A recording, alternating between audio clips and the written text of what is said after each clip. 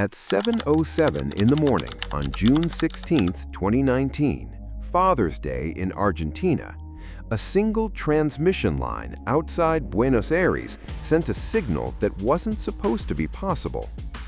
8 seconds later, the entire country lost power. Not a city, not a region, the whole country. All 45 million people in Argentina, most of Uruguay, parts of Paraguay and Brazil. 48 million people in total, sitting in the dark on a Sunday morning in the middle of winter. But the blackout isn't the interesting part. The interesting part is what came next. Because you can't just flip a switch and turn a power grid back on. To make electricity, you need electricity, and Argentina had none. Here's something almost nobody realizes about the power grid. Every power plant on Earth, coal, gas, nuclear, even most hydroelectric, needs electricity to run. The turbines need power to spin up. The pumps need power to move cooling water. The control systems need power to monitor pressure, temperature, and frequency. The transformers need power to step voltage up and down. In normal operation, that's not a problem. The plant takes a small portion of the electricity it generates, usually around 5%, and uses it to run itself. Engineers call this station service power. But when the grid collapses, station service power disappears with it. And now you have a paradox. The plant can't start without electricity, and there's no electricity because the plant isn't running. A nuclear reactor can't pump coolant with grid power, which is why every nuclear plant has emergency diesel generators. Those are the systems that famously failed at Fukushima. A coal plant can't crush coal or feed it to the boiler. A natural gas plant can't even open the valves to get fuel into the combustion chamber. It's like trying to start a car with a dead battery, except the jumper cables are also dead. The other car is dead, and so is every car for 1,500 miles in every direction. This is the problem Black Start is designed to solve. A Black Start unit is a power plant designed to start itself without any help from the grid. There are only a few technologies that can do this. The gold standard is hydroelectric power. A dam doesn't need electricity to make electricity. It needs gravity. Open a valve, water falls through a penstock, the turbine spins, and you have power. A small on-site battery, about the size of a pickup truck, provides just enough power to open the dam's intake valve. Gravity does the rest. The second option is open-cycle gas turbines, which can sometimes start on compressed air reserves. Some use small, dedicated diesel engines just to spin the turbine up to ignition speed. Once it's running, the gas turbine can produce hundreds of megawatts. The third option, increasingly common, is large battery storage with grid-forming inverters. These can synthesize the alternating current waveform the grid runs on, essentially creating an artificial heartbeat for the system. In the United States, about 60% of registered Black Start units are gas turbines. Around 37% are hydroelectric.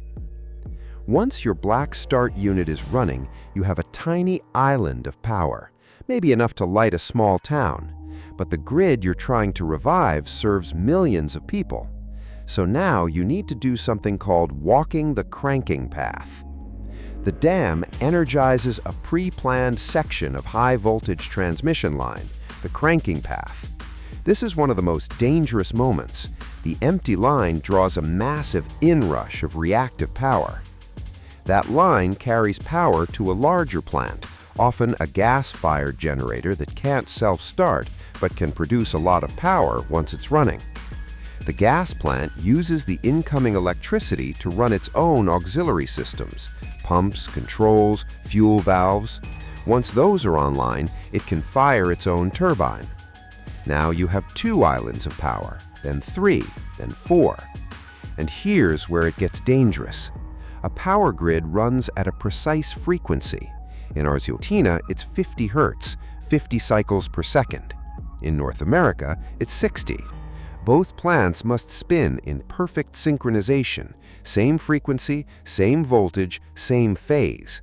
Off by even a few degrees and protective relays will instantly disconnect everything. During a black start, you're trying to build that ballet from scratch, dancer by dancer, with no music. Each new generator has to be brought up to exactly the right frequency, exactly the right voltage, and exactly the right phase before it can be connected to the islands you've already built. Get it wrong by even a few degrees and you can destroy the generator or collapse everything you've just rebuilt. There's another problem.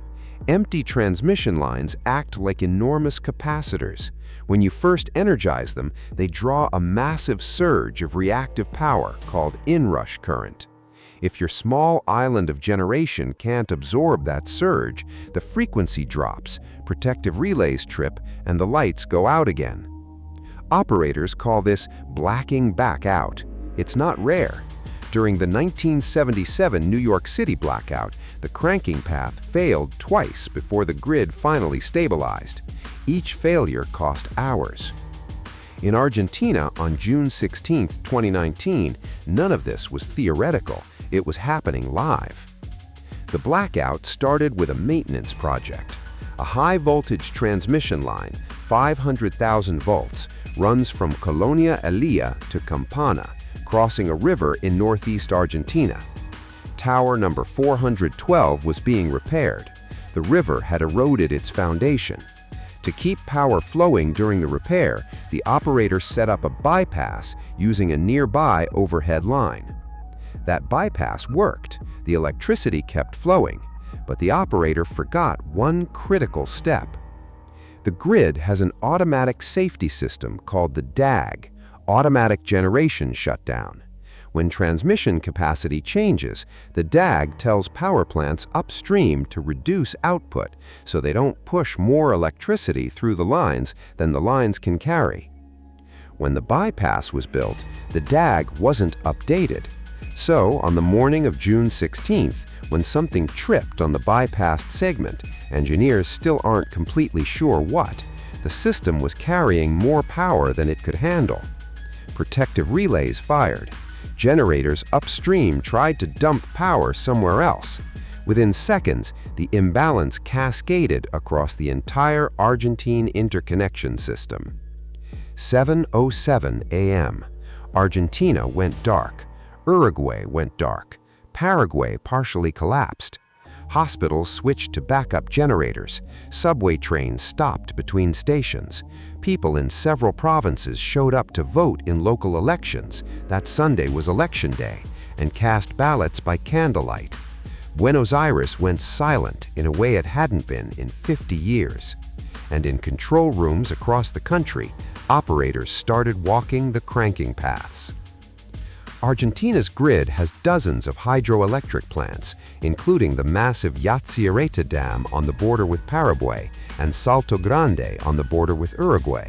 These were the black start anchors, water falling through turbines, the only thing on the grid that didn't need permission from anything else to spin. By 10 a.m., parts of Buenos Aires had power back. By 1:30 p.m., 75% of Uruguay was restored. By the evening, most of the system was online. 16 hours to restart a country. It is the only time in modern history a fully industrialized nation has performed a complete black start of its own grid. Here's the uncomfortable part. Every modern power grid has fewer black start units than it needs. The North American grid was studied in 2019, and researchers found that in some regions, only a handful of plants are registered to perform black start. The Texas grid came within minutes of a complete collapse during the 2021 winter storm. If it had gone fully dark, engineers estimated restoration could have taken weeks. The transition to renewable energy is making this harder, not easier. Solar farms and wind turbines can't self-start the way a hydroelectric dam can. Grid-forming battery systems are catching up, but the engineering is still being figured out. And the grid we have now is more interconnected than it has ever been. Argentina restarted in 16 hours because its grid is, by global standards, fairly small and contained. The North American Eastern interconnection serves 240 million people. Nobody knows how long it would take to black start. The good news is, the people who do this for a living take it very seriously. Every transmission operator in North America is required to keep a written black start plan and test it regularly. The bad news is that during the test, the lights stay on. The real test only comes once.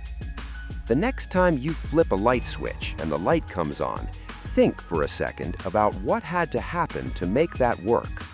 A few hundred miles away, water is falling through a turbine. That turbine is spinning at exactly the right speed. It's synchronized to the millisecond with thousands of other generators across half a continent. And every one of them is following a choreography that took the better part of a century to figure out. On a normal day, it works. On a bad day, it doesn't. And on the worst day, somewhere, an engineer with a flashlight is opening the valve on a dam and starting the entire system from zero.